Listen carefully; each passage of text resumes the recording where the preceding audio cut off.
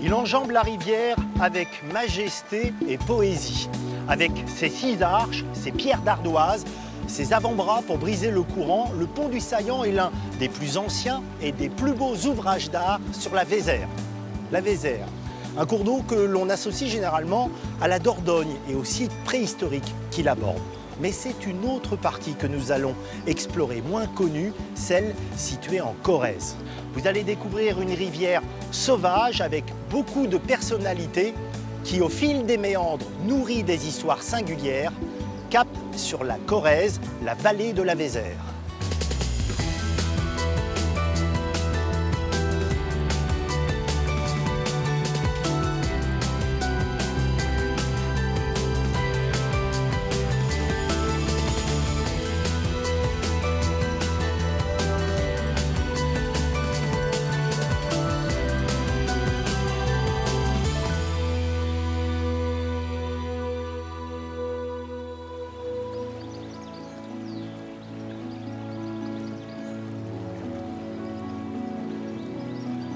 C'est une bien jolie rivière qui prend sa source timidement dans les tourbières du plateau de Millevaches avant de se jeter 200 km plus loin dans la Dordogne. Un cours d'eau au visage multiple, et c'est sans aucun doute en Corrèze que la Vézère offre le plus de diversité. On est loin ici des autoroutes aquatiques surchargées de canoës. Au fil des méandres, la Vézère déroule des paysages sauvages, quand soudain, au détour de l'un d'entre eux, on découvre avec étonnement, perché sur son piton rocheux, l'impressionnant village d'Uzerche. Capitale du Bas-Limousin dès la fin du Moyen-Âge, la cité surprend par la quantité et la qualité des hôtels particuliers, des riches demeures. Ce n'est pas pour rien qu'Uzerche est surnommée la perle du Limousin. Quel va être l'élément déclencheur de cette prospérité ? Eh bien, c'est l'arrivée d'une sénéchaussée en fait, qui va être établie dans les années 1550 à Uzerche. Une sénéchaussée, c'est un officier royal qui est là pour rendre la justice. C'est un officier militaire, financier. Donc c'est un élément très important de la ville d'Uzerche parce qu'il va drainer avec lui tout un tas de gens de robe qui ont de l'argent et qui vont vouloir se faire construire ces magnifiques maisons qu'on retrouve aujourd'hui. Ce qui est assez étonnant, c'est que vu de loin, on voit bien, il y a ces tours en plus qui montent vers le ciel. Il y a presque dans chaque rue un château. Oui, c'est ça, un château, exactement. Il y a un dicton ici qui dit qu'il y a maison à Uzerche, il y a château en Limousin. Et en fait, c'est à cause de ces belles maisons qui ne sont pas de véritables châteaux, parce qu'on n'a pas l'espace, on n'a pas tout ce qui va avec, mais néanmoins, on a ces tours, on a ces toits d'ardoise, on a ces grandes demeures. C'était un petit peu pour un peu clinquant, enfin ces maisons, c'était un peu pour se faire mousser. Voilà, on peut dire ça, oui.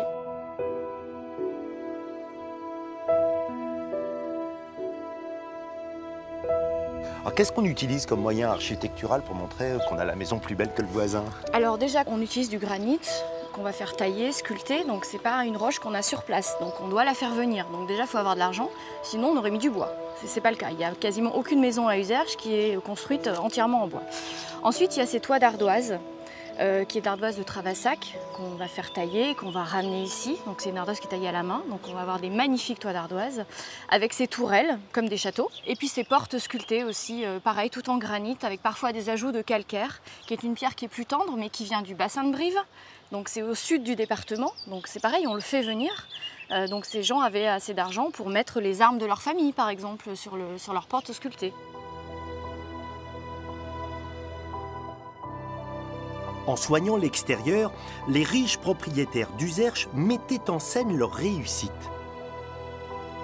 Mais quid de l'intérieur? Pour le savoir, Corinne nous ouvre des portes habituellement fermées. Alors là, je t'emmène au château Béchary. C'est un endroit qui n'est pas ouvert au public, mais qui recèle une vraie merveille à l'intérieur.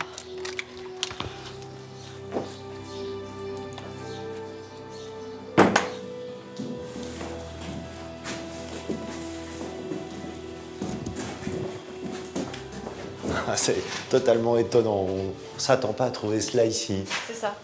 Donc ici, tu as des peintures qui ont été faites en 1691 par Michel Sibille, qui est un peintre de retable, un peintre d'église. Et il a réalisé ces peintures, tu vois, on voit encore des détails, c'est extrêmement finement réalisé, avec les visages, les plis des vêtements. Bon, certaines sont un petit peu abîmées, c'est vrai, mais elles sont quand même dans un parfait état de conservation, parce que le bâtiment n'est pas ouvert au public. Et ces Sibille, elles font face à des empereurs romains, qui ont été représentés de la même façon. Eux sont en portrait, alors que les Sibille étaient en pied. Et c'est pareil, tu vois, certains ont été un petit peu abîmés, d'autres sont en parfait état de conservation. Ce qui est surprenant, c'est que c'est une toute petite pièce. D'ailleurs, hein, ça résonne un peu. Pourquoi ces peintures ici? Là encore, c'est pour impressionner le visiteur? On ne sait pas si c'est un oratoire ou une chapelle domestique, on n'a pas de certitude vraiment. C'est difficile de savoir quel était l'usage de cet endroit en fait. En tout cas, ce cabinet, il est dans un château qui, lui, est impressionnant par ses dimensions. Oui. C'est un des plus grands bâtiments de la ville d'Uzerche, parce qu'il est la vitrine de la ville aussi. On est obligé de passer par là pour entrer dans la vieille ville. C'est un bâtiment qui est remarquable par ses dimensions. Il a au moins 2 étages au-dessus de nous, on a encore 2 étages en dessous de nous. C'est un bâtiment qui est vraiment très très grand, très vaste, avec des jardins aussi qui sont à l'image du bâtiment gigantesque.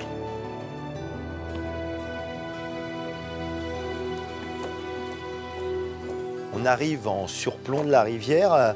Uzerche doit beaucoup de choses à cette Vézère. Oui, déjà c'est une défense naturelle. C'est pas du tout étonnant que depuis les Gallo-Romains, on soit venu s'installer ici parce que c'est vraiment stratégique. On est sur un rocher, d'une roche qui est particulièrement dure, qu'on appelle de l'amphibolite. Et la rivière a dû la contourner en fait parce qu'elle n'a pas pu aller tout droit, elle n'a pas pu la grignoter. Donc c'est vraiment ce paysage particulier avec ce rocher et la présence de la Vézère qui fait que c'est une défense naturelle et que dès le Moyen-Âge, on a ce qu'on appelle un castrum, c'est-à-dire un site fortifié. Économiquement, c'est intéressant d'être aussi proche de la Vézère. Oui, Uzerche s'est développée grâce à la Vézère en fait, puisqu'on a pu utiliser l'eau comme force motrice pour des carderies, pour carder la laine, la minoterie, pour faire la farine, les tanneries aussi, puisqu'on a eu besoin de beaucoup d'eau, et puis la papeterie, qui est encore, les bâtiments sont encore là aujourd'hui, puis les lavoirs bien sûr, les lavoirs.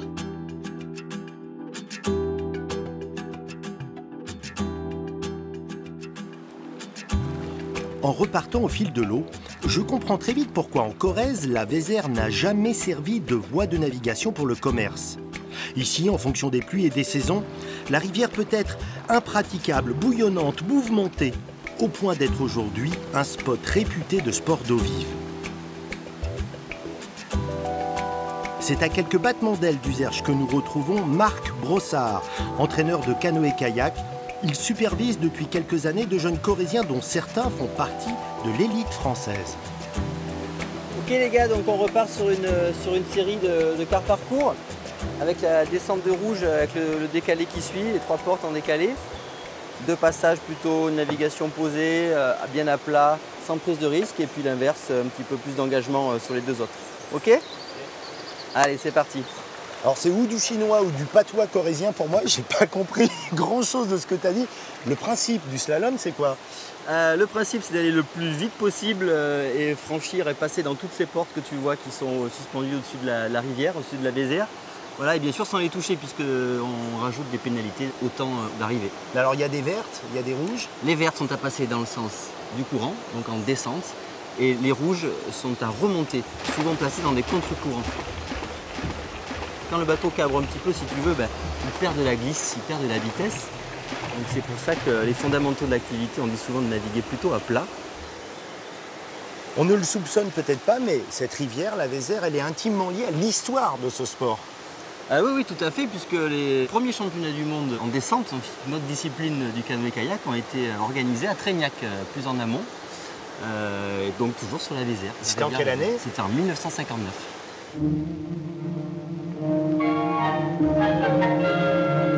Le Critérium international de rivières sportives pour kayak canadien a choisi pour cadre et pour piste, pourrait-on dire, la Vézère supérieure. Cette charmante et bouillonnante rivière de la Corrèze est fort bien classée en ce qui concerne les difficultés. Vainqueur, le Belge Marcel Beaujon.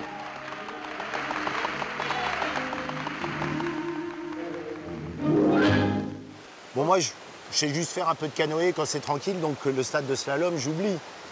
Ah, si tu veux, on va essayer. Je vais te faire essayer un vrai bateau de compétition. Et puis pourquoi pas, lançons-nous. Allez.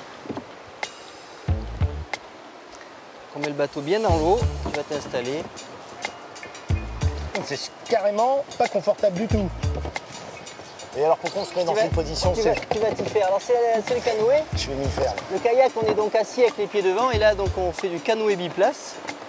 Alors, on va installer la jupette bien à l'arrière d'abord. Attends, bien à l'arrière d'abord. Ensuite, tu vas la remonter sur tes hanches.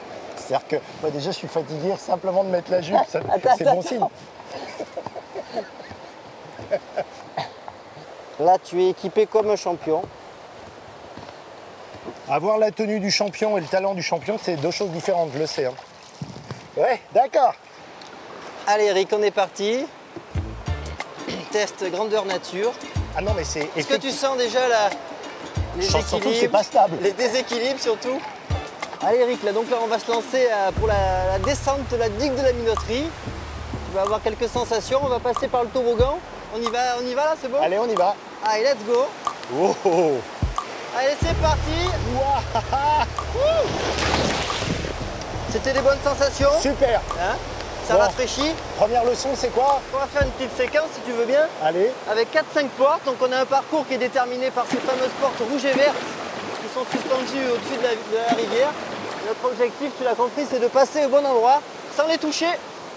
Voilà, et là c'est à droite, penche-toi à droite. Super. Regarde, la porte verte arrive. Ensuite, ce sera la rouge. Pour l'instant, on négocie très bien le parcours. Je sais pas si on s'en sort. On est à 0 touche. Et la dernière qui arrive juste devant nous. Et c'est parfait, bravo. Eh, premier slalom. Yeah. Bravo, génial. On croirait un kayakiste chevronné. Ouais, enfin, pour championnat du monde, ça va pas être ça. Hein. Oh là, la contre-gîte nous emmène. Hop.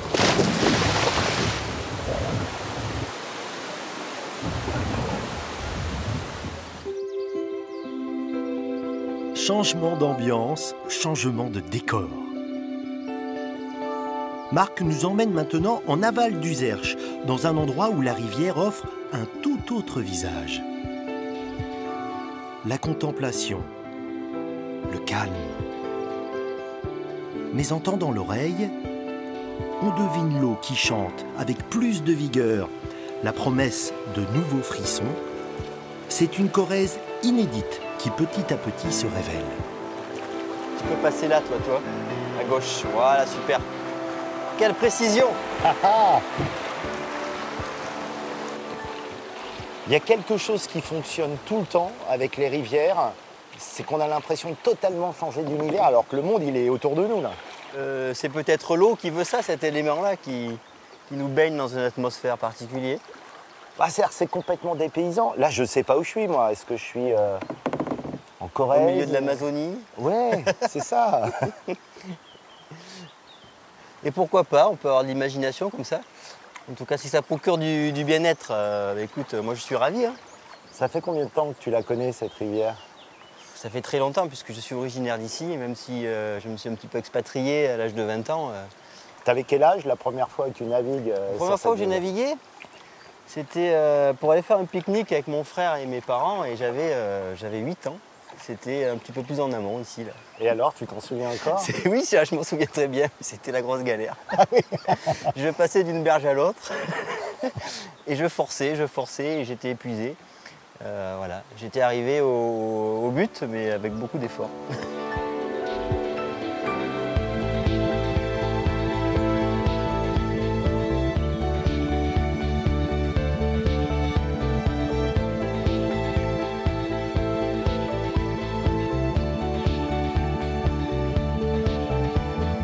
Alors voilà, on arrive à la fin de notre expédition, si l'on peut dire, et on se trouve désormais au vieux pont vigeois. Il date de quelle époque? C'est du 12e ou 13e siècle, là, tu peux regarder l'édifice. On remarque donc ces avancées en pierre là, pour renforcer les piles de pont. Et puis, c'est un peu comme une proue de bateau, là, ces avant-becs en triangle. Ouais. Bah, il faut s'imaginer l'hiver, des niveaux d'eau très importants. Et donc voilà, ça renforce l'édifice. Et là, c'est magique, hein. Je crois qu'il n'y a pas grand monde qui voit comme ça l'arche du pont en passant dessous. On a plutôt l'habitude de le regarder vu d'en haut, que ce soit en rive droite ou rive gauche. Et c'est vrai qu'on est un peu privilégié ici en naviguant sur cette rivière Vézère jusqu'à Vigeois. Après, si on continue, qu'est-ce qu'il y a? C'est très très intéressant, on appelle ça les gorges de la Vézère, et un parcours encore de 12 km avec une vallée qui est plus profonde et plus engagée également au niveau de la navigation puisqu'il y a de la rupture de pente et une eau vive bien présente tout du long. Bon, en tout cas, merci. Superbe découverte. Merci à toi. Ah ouais. Moi je suis ravi aussi d'avoir partagé ce moment-là avec toi.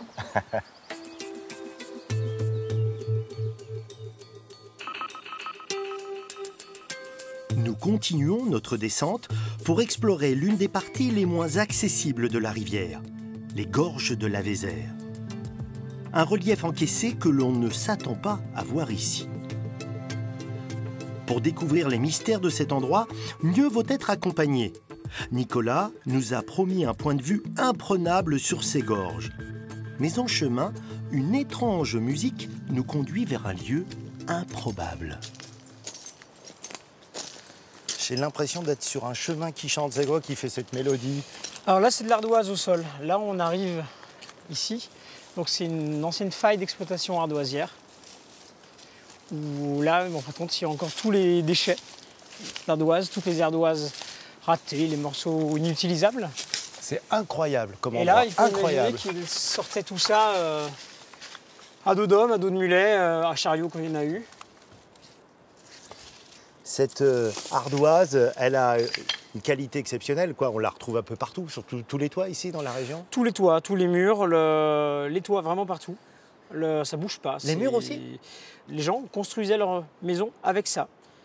Ce qui n'était pas taillable pour faire des ardoises de qualité pour le toit, on l'utilisait pour le mettre dans les murs. Et la ferme pouvait être construite entièrement en pierre d'ardoise. Et l'ardoise de qualité, on la mettait sur le toit. Mais alors pourquoi? Parce que l'ardoise de Corrèze, elle est réputée pour sa qualité, elle est rare. Elle est réputée pour sa qualité, elle est difficile à travailler. Et par contre, c'est pour ça que les monuments historiques l'utilisent, notamment. Le Mont-Saint-Michel, c'est le site le plus connu et ça vient d'ici. Bon, j'en ai pris plein les yeux, c'est pas fini. Qu'est-ce qui nous attend derrière? Donc, mais derrière, là, dans 10 minutes, on est sur la Via Ferrata. Donc c'est la seule qui est dans les gorges de la Vézère. Et là, un panorama magnifique, vraiment avec une vue sur les gorges. On va prendre de la hauteur, quoi. C'est ça. Allez.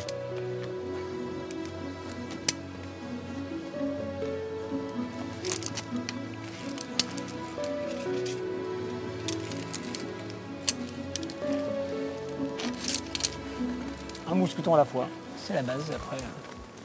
Moi, c'est une surprise. Via Ferrata, j'imagine grande montagne, grande falaise. Et non, on est en Corrèze. Effectivement, la Corrèze n'est pas la région la plus connue pour les sports de plein air, alors qu'il y a un potentiel énorme et de plus en plus, on développe ce genre d'activité.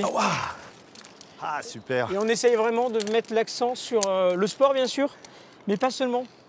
Le sport est un outil pour découvrir le secteur, l'environnement, le patrimoine, l'histoire locale, un peu tout ça.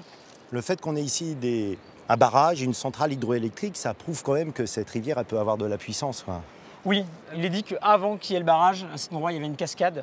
Donc ça s'appelle le saut du saumon, tout simplement parce que les saumons sautaient pour remonter la rivière. On était vraiment sur une zone de torrent. Ah, faut juste se dire qu'on est à plusieurs centaines de kilomètres de l'océan et les saumons remontaient jusque-là. Les saumons remontaient jusqu'ici et allaient jusqu'au plateau de Mille Vaches où il y avait les frayères. Ah ouais, carrément. Bon, l'objectif c'est là-haut? L'objectif, c'est là-haut, on est presque arrivé. Oh bah c'est super. Je passe par où là? Y a pas d'échelon, c'est pas grave. Non, tout droit, on suit le câble, il y a des barreaux un peu plus loin.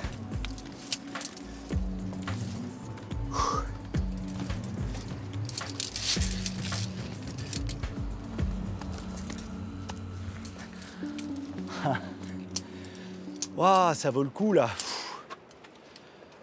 Quelle vue! C'est clair, le panorama vaut le coup. Là, on a la vue sur tout le bassin de Brive, les résurgences calcaires de l'Isle-en-Donay plus à l'ouest. C'est une frontière, hein? Les gorges s'arrêtent là. Les gorges s'arrêtent ici, le massif central s'arrête ici, et là on a le bassin aquitain qui commence. C'est vraiment une limite géologique.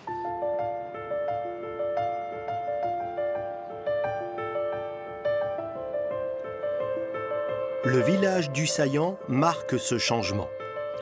À l'approche du plateau de Brive-la-Gaillarde, les paysages s'élargissent. La Vézère coule ici au milieu d'une vaste vallée qui s'élève doucement en coteaux. Et c'est avec surprise, encore une fois, que je découvre des vignes. Alassac, Voutezac, Vignoles, Vertouguet, des vignobles méconnus aujourd'hui et pourtant, ces vins, dès le VIe siècle, étaient exportés jusqu'à l'abbaye de Cluny, en Bourgogne.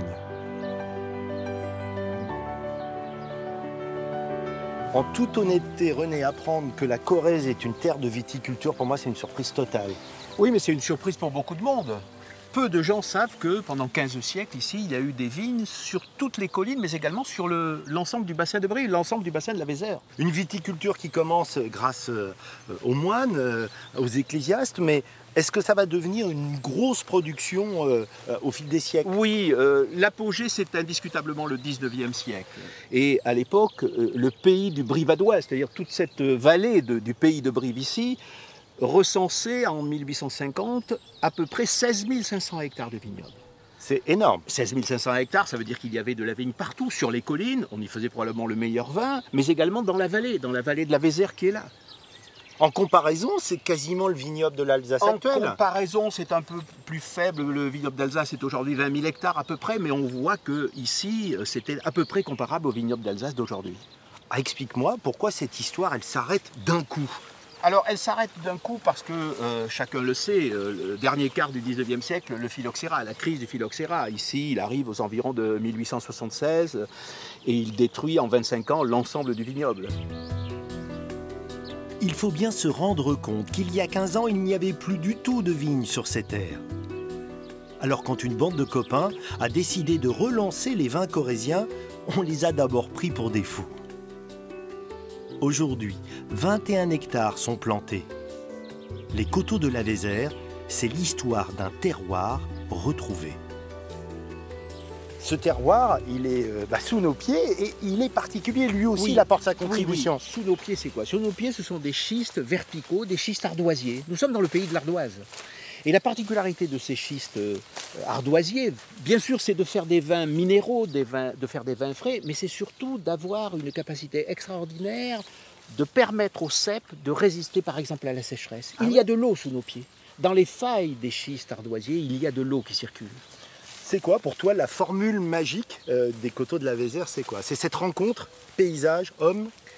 Oui, je crois que c'est la rencontre entre une bande d'amis, une bande de copains, on peut dire aujourd'hui, de vignerons, qui ont su redonner à ces collines le visage, le paysage. Le maire du village me disait récemment, vous êtes des embellisseurs de paysages. Il suffit de regarder autour de nous. Nous sommes des embellisseurs de paysages. Ça fait plaisir quand même quand tu as Bien ce entendu, compliment. bien entendu, c'est un très beau compliment. 2016 a été l'année de la consécration pour la coopérative des coteaux de la Vézère.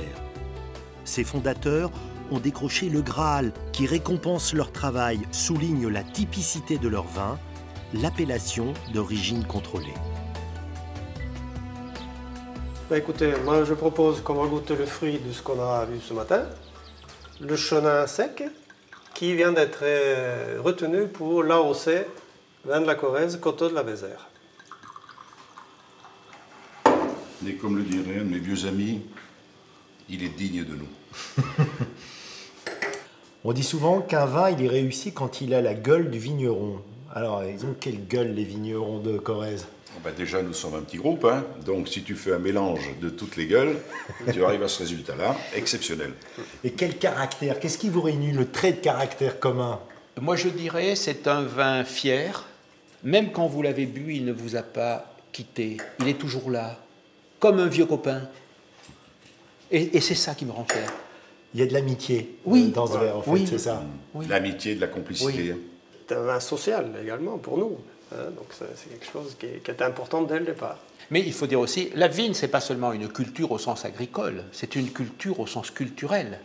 C'est quand même magique de mettre un morceau de bois en terre et 5 ans plus tard, d'en faire ça.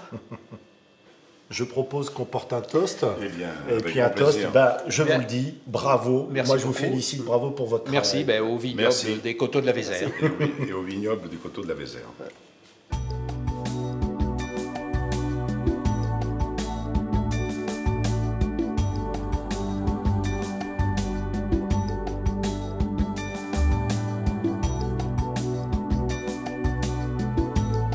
C'est depuis l'un des endroits les plus pittoresques le long de cette vallée que nous allons vous saluer, le site de la Roche qui domine de façon vertigineuse les gorges de la Vézère, là où la rivière affirme le mieux son tempérament impétueux et sauvage.